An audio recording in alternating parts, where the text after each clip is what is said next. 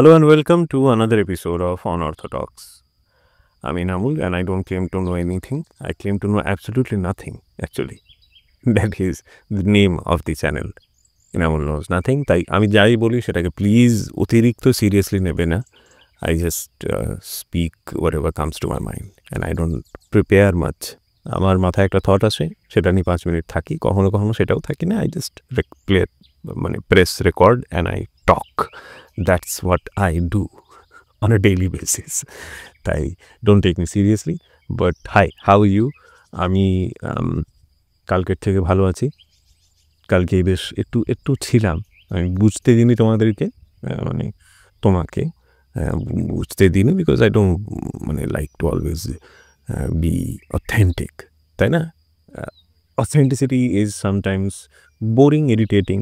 মানে ভাবো যে তুমি কপিল শর্মার শো দেখছো অ্যান্ড তুমি জানছো, এবং কপিল শর্মা আজকে স্টেজে এসে বলছে যে আমার ঘুম আসছে, আমার ভালো লাগছে না, আমি করব না কমেডি। তোমার মাথা খারাপ হবে না? তো সেরকম ব্যাপার। Let's not always be authentic, let's be professional. না আমি বলবো, মন খারাপ হলেও বলবো। কালকে ঠিক ছিলাম, মোটামুটি টেনে দেওয়ার মতো ছিলাম। আজকে তার থেকে বেটার আছি। তা আজকে একটা নতুন ইন্টারেস্টিং টপিক নিয়ে কথা বলি, that is how to decide. এটা একটা নতুন জিনিস, খুব জানি না আমি নতুন কিনা, বাট আমার পার্সপেক্টিভটা অন্তত পক্ষে নতুন। সেটা হচ্ছে যে আমি দেখেছি লাইফের অনেকে আমাকে লাইফে ইট হ্যাজ বিন সাচ, যে মানুষ মনে করেছে যে জীবনের যখন কোনো রকম সমস্যা যেটা নিয়ে ওরা সিদ্ধান্ত নিতে পারছে না নিজে থেকে সিদ্ধান্ত নিতে, they come to me, they ask me what to do, and I often give them no advice.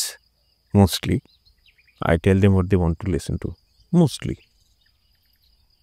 কারণ আমি অ্যাকচুয়ালি জানতে চাই যে তারা অ্যাকচুয়ালি কী চাইছে, তারা আসলে কোনটা করতে চাইছে কিন্তু সাহস পাচ্ছে না, তো আমি তাদেরকে সেই সাহসটা জুগিয়ে দিই। কিন্তু নিজের লাইফে যখন সমস্যায় পড়ি, যখন কোনো রকম সিদ্ধান্ত নিতে পারি না, বুঝতে পারি না যে এবার আমার কি করা উচিত, এই লোকটা যে আমার সাথে খারাপ ব্যবহারটা করলো, এরপরেও কি আমার একে তেল মারা উচিত? কারণ মেবি এখান থেকে আমি কাজ পেতে পারি ভবিষ্যতে, বা এই সম্পর্কটা কি আর টেনে নিয়ে যাওয়া উচিত? সেটা যে কোনো সম্পর্ক হতে পারে, এবং অন্যান্য আরও অনেক সিদ্ধান্ত আমরা প্রত্যেক দিন অসংখ্য সিদ্ধান্ত নিই। সেই রকম সিদ্ধান্ত নেওয়ার সময় আমরা আসলে কি জানো তো, কোনটা করা উচিত, আমরা কোনটা করতে চাই, এই দুটো সবসময় এক হয় না, এবং আমরা সেটা জানিও। দুটোর উত্তরই আমাদের কাছে থাকে।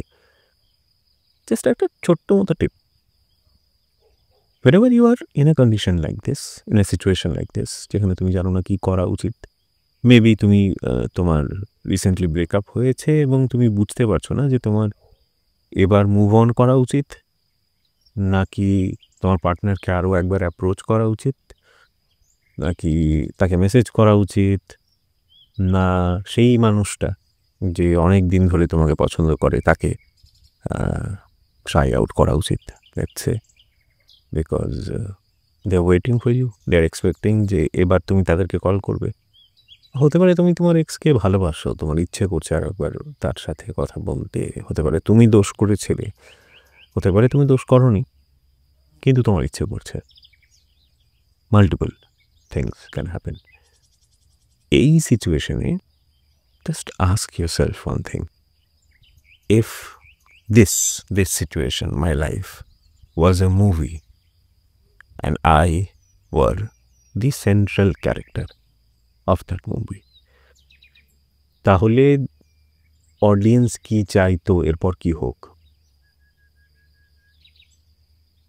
Pause, take a pause, think about it. It could be about your career, your irritating abusive boss, বা তোমার সিস্টেম যেটা তুমি পছন্দ করছো না, বা মেবি তুমি এগোতে চাইছো, প্রমোশন চাইছো। If your career was a movie, what would the audience want to see next? তোমার অডিয়েন্স কি এটা চাইবে যে তুমি তোমার এক্সকে মেসেজ করো এই সময়? কারণ তারা কিন্তু দেখেছে কিছুক্ষণ আগে তোমার এক্স তোমাকে কীভাবে গালিগালাজ করেছে, সেই থাপ্পড়টা মনে আছে তাদের। তাই তুমি আবার যদি যাও, দিল দিল মানে দিল বি লাইক, যেরকম আমরা থাকি ভূতের সিনেমাতে আমরা বলি না, আরে নিচে কেন যাচ্ছিস, অন্ধকারে কে বাইরে যায় রে, সেরকম তারাও কিন্তু মনে মনে বলবে যে আরে কিছুক্ষণ আগে তোকে কিভাবে ছেড়ে গেল, এটা আবার ঘটবে, ভুল করছিস, যাস না। বলবে তো? তুমি যেরকম বলো যখন আমাদের পছন্দের কোনো ক্যারেক্টার কিছু একটা ভুল করে, আমরা কি চাই তাদের জন্য? আমরা চাই যে তারা কোনো সমস্যায় না পড়ুক, তাদের কোনো রকম অসুবিধে না হয়, তারা ভুল সিদ্ধান্ত না নেয়। সব থেকে বড় ব্যাপার, তাদের সাথে যেগুলো ঘটছে সেগুলো তো কন্ট্রোলে নেই, সেগুলোর জন্য আমরা হতাশ হই। কিন্তু তারা যখন ভুল করে তখন আমাদের তাদের উপর রাগ হয়, because we are backing that character, তাই না? যে মেন ক্যারেক্টার থাকে, we are always backing that character, and we want যে ওর সাথে সবসময় ভালো কিছু হোক, ওর সমস্ত সম্পর্কগুলো যা সমস্যা মিটে যাক, ওর ক্যারিয়ারে উন্নতি হোক, ওর ওর ওর আরও সুস্থ হোক। হতে পারে তুমি এই মুহূর্তে ওভারওয়েট বা আন্ডারওয়েট বা আন্ডার কনফিডেন্ট, হতে পারে তুমি এই মুহূর্তে খুব বেশি লেথার্জিক, প্রোক্রাস্টিনেট করছো। তুমি যদি একটা সিনেমার সেন্ট্রাল ক্যারেক্টার হতে, তো how would that film turn out, তাই না? এরপরে কী হতো? তুমি প্রোক্রাস্টিনেট করছো and suddenly something happens and you get back, and বা nothing happens, you just decide যে এরপর থেকে আমি করে দেখাবো, and you change the story and you get that high, তাই না?